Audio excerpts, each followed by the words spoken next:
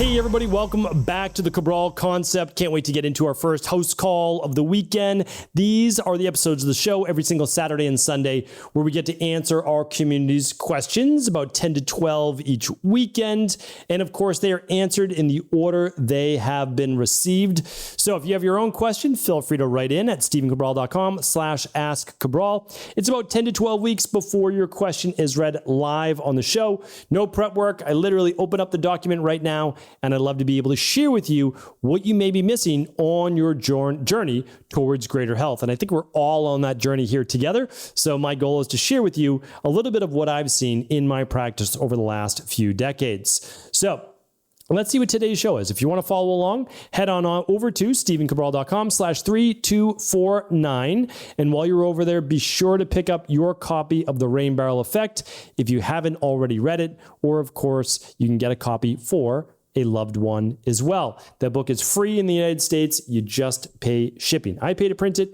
You just pay for the shipping, and out the door it goes. And of course, if any profit is made, word none is made with a free plus shipping. But if anybody purchased on Amazon, 100% of all profit goes to charity. All right, let's get into the first question. This is from Anonymous. And Anonymous is saying, my 59-year-old spouse was recently diagnosed with coronary heart disease based on a routine CT scan of the heart and lung. He has no symptoms, does the big 5 labs annually, detoxes 4 times a year, exercises, controls stress, and eats a Mediterranean diet with Ecolife-based supplements. His PCP has prescribed statins. He's in the process of ordering the ApoA, ApoB, and calcium test for comparison. His lipid panels are always within normal ranges. Please provide any insight and considerations regarding his condition as he makes the decision regarding medication, lifestyle, etc. going forward. All right, great question. And of course, I have to lead right off the bat with, I can't provide any medical advice, medical treatment plans, medical cures, or medical diagnosis.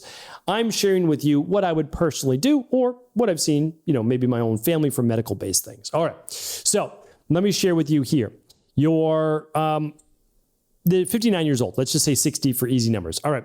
So for the past 60 years, well before they may have gotten into this very healthy lifestyle, big 5, quarterly detoxes, exercise, control stress, Mediterranean diet, and Ecolife supplements. I mean, this is the whole de-stress protocol. The only thing I didn't hear was sauna, right? So everything is great.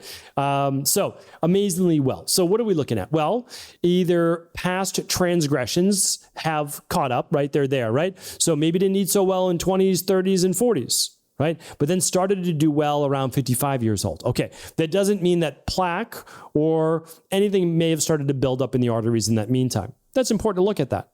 Also want to make sure there's not a lot of inflammation.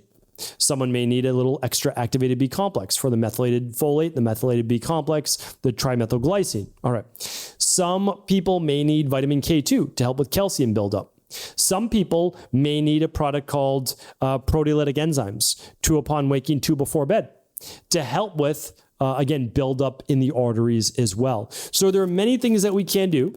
There's absolutely genetic predispositions, but if someone's lipid profile looks fine and everything's looking good, prescribing statins now is just something that you need to do your research on, because if your cholesterol is already low, how much lower do you really need it to be? And there are more than one underlying root cause besides cholesterol as to why someone would build up or have coronary heart disease. All right. So I want you to explore all the different avenues, and then you can look at what also might be missing nutrient wise, but it looks like you have a lot of that covered.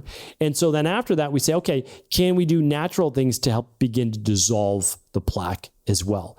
For me personally, I'm using vitamin D3 with K2, magnesium, and trimethylglycine. That's part of the activated B complex. And then the proteolytic enzymes, 2 upon waking, 2 before bed. All right. But again, not medical advice, just kind of sharing with you what I would do. All right. Hi, Dr. Rawl. You are truly changing the world. Thank you. Thank you, Anna. Appreciate that. And Anne, sorry. What is your opinion on hypnotherapy using a properly trained, credentialed, and licensed clinical hypnotist to overcome claustrophobia or other anxiety issues? I was wondering if you have any firsthand knowledge of being a viable option for patients. Thank you again. Yeah, I've had Elliot Rowe on the show as actually a guest expert. I don't have a lot of interviews on this show, but Elliot Rowe, check out that interview. Literally just go to stephencabral.com/podcasts, type in Elliot Rowe, R-O-E, And Elliot is expensive, but he has others under him that people can also work with. And I've worked with Elliot in the past. He's a NLP with hypnotherapist and regressive based therapy. Phenomenal. Like, so yeah, I can wholeheartedly recommend it. And I've done a whole lot of things over the years to try to rewire my mind and help myself and all those different things. And for sure, yeah, it can be really helpful. He's not the only person, but if you listen to the interview, you'll kind of get a sense for how it's done. And then if you've ever been to one of our Reimagine Health Summits, Elliot actually spoke at one of those and took people through a hypnotherapy session, which is incredible. And he has an app. I don't even know the name of the app, but I think it's called Peak Mind. So anyway, look him up on Instagram as well. Tell him I sent you. And I'm sure he can point you towards the app, which is like close to free, and then him or his team. Or just in general, like who's a good hypnotherapist out there. Just like we recommend integrative health practitioners, but they're not part of our practice. They all run their own practices, right? But you can go to see them for integrative health functional medicine. All right, Ian's up next. Hi, Dr. Rawl. I hope this message finds you well. I'm interested to learn about how to prepare my body for drastically different climate. I'm from Texas and will soon move to Chicago area during winter. How can I best prepare my body for the colder months ahead? What is recommended to keep my body healthy in the cold? Lastly, what should I do to prepare my body for returns also to warm climates such as in Texas? Thanks for all you do. Okay, so this is a great question. This is more of an Ayurvedic-based question. And so what I would share with you is this, is that some people naturally do a little bit better in the cold. Some people do a little bit naturally more in the heat. So if you're someone with a little bit more pitta, you don't like the heat as much. You get hot really easily. You prefer a little bit of cold to cool your fire, right? And again, I can't get all into Ayurveda right now, but I have a whole show on Ayurvedic topics. If you go to stephencabral.com/podcast, scroll through the images at the top, click on Ayurveda, all free. Check it out. Ayurvedic medicine is amazing. I spent a lot of my early years studying Ayurveda, and I also went overseas to work in Ayurvedic clinics as part of my internships for my doctoral degree in naturopathy. So what can I share with you, though? Some real information on this. Okay, so when you get to Chicago, in the colder months, you will want to do things, and again, this is going to seem obvious after I say it, to be able to warm the body and deal with the cold. So this means adding ginger to your smoothie, or a little cayenne to your smoothie, or even your coffee. You might use sauna to start your day, not necessarily to end your day. Why to start your day? Because it builds up core body temperature. It can literally raise your body temperature by 1 degree. And it will take hours to cool down the body. So that's a little hack that many people use to add to their morning routine. That can be really helpful. And then warming, nourishing foods. So maybe during the winter in Chicago, you do your smoothie, you add your ginger, or you do deconstructed. You have some fruit, you have the daily nutritional support or whatever you're using, shake it up with some water, some nut milk, so it's not too cold, however you want to do it. And then maybe instead of doing a salad, which could be great in the hot Texas climate, you decide to do a warm bowl, some warm sweet potatoes with other veggies cut up, and chickpeas or cannellini beans or black beans, or maybe add a little bit of wild salmon or whatever it is, mackerel, sardines, etc. that you like. So all of those things. So what we want to do is think about warming, nourishing, grounding. Oatmeal is great in the colder months. And then what do we want to think about lighter and cooling for the more hot climates in Texas? That would be things like a colder shower, ending on cold, not hot, and cooling things like your colder smoothies or your salads or other things like that that are going to help to cool the body. All right, so those are just some quick tips. Obviously, there are many more, and all the shows on Ayurveda are free right at stephencabral.com/podcast. All right, Cody says, hi, Dr. Rawl. What are your thoughts on UNDA Drops? UNDA Drops. My naturopath recommended them, but I was curious to know your opinion. Thanks for all you do. Yeah, happy to help here. So UNDA Drops are homeopathic-based drops. To my knowledge, they last time I checked them out, homeopathic-based. I have a whole show on homeopathics. Homeopathics was 25% of my board exam. So like, listen, I studied homeopathy, and it's not that I don't use some, but I almost don't use any anymore. And here's why. So every single year in my practice, we would do somewhere between 10,000 and 20,000 appointments per year, every year. And we've worked with now well over 300,000 people. And so when people come to us, they need to know that they're going to get results. They've met with a half a dozen to a dozen other practitioners. They want results. And what I found is that sometimes homeopathy worked, and sometimes homeopathy didn't work. And I've even talked with a lot of like longtime homeopaths, and they've shared with me that it doesn't seem to work as well as it used to. Maybe there's a change in energetics. Maybe there's more toxicity in the environment. I don't know. I don't use homeopathy in my practice, and that is because I need to be able to get people replicable results that are also based on science that I can rely on for more than 90% of the time. And so that's why I don't use them. So if someone has pain, I'm looking for the underlying root cause. If someone has sleep issues, I'm looking for the underlying root cause. If someone has bloating and gas, I'm looking for the underlying root cause. If someone has adult acne or dry skin or migraines or anything, I'm looking for the underlying root cause. I'm not using anything to just alleviate the symptoms. Hopefully that makes sense. All right. All right. Do we have another question? Yeah, let's get this question in from Ricardo. Ricardo says, hello from Australia. I live quite a healthy life. However, I've had high stress for a long time, which was confirmed via testing my cortisol levels. For as long as I can remember, I've had a chronic loose stool. However, when I started the 7-day detox, I got well-formed stools. This gradually goes back to loose stools after the detox has been completed. Any idea why? I believe my loose stool is related to chronic stress. But why do I get well-formed stools during and for some time after the detox? But then gradually goes back to loose stool and after the detox has been completed. Thank you so much for all you do. The information you provide has been life-changing for me. Okay, happy to help, and thank you for the kind words, and also glad the detox is working for you when you're on it. So it is my opinion, and this is what I've been really recommending to anybody, is like, here's the place to start. First, run your labs if you can, then do a 7 to 21 day detox. The detox that I use is at StephenCabral.com/detox.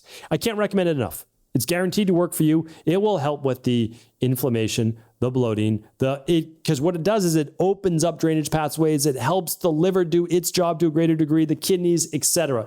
It goes over intermittent fasting, meal timing. It's simple to complete.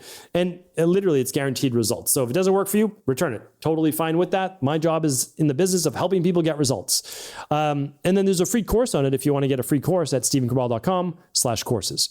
Okay, so let's help Ricardo. So basically what I would say is this. If someone's getting the results they want on the detox, but then in this case, stool is going back to looser after the detox, is the detox helping then to lower stress levels? I don't know. If there's a lot of stress around the foods that you eat, sure, that could be it, right? Because the detox is telling you, do this, right, for the 7 days or 21 days, however long you're doing it. So that's a possibility. It's a possibility. But what I want to share with you is this. It also could be a food that you're eating that's a so-called healthy food that's giving you loose stool, or a particular supplement that you're taking outside of the detox that's causing loose stool. Here's a great way. There's a podcast on that called How to Titrate Your Food and Products Back In, how to use a rotation-based diet. If you can't find those at StephenCabral.com/podcast, please write into CabralSupportGroup.com. CabralSupportGroup.com. Everybody should join.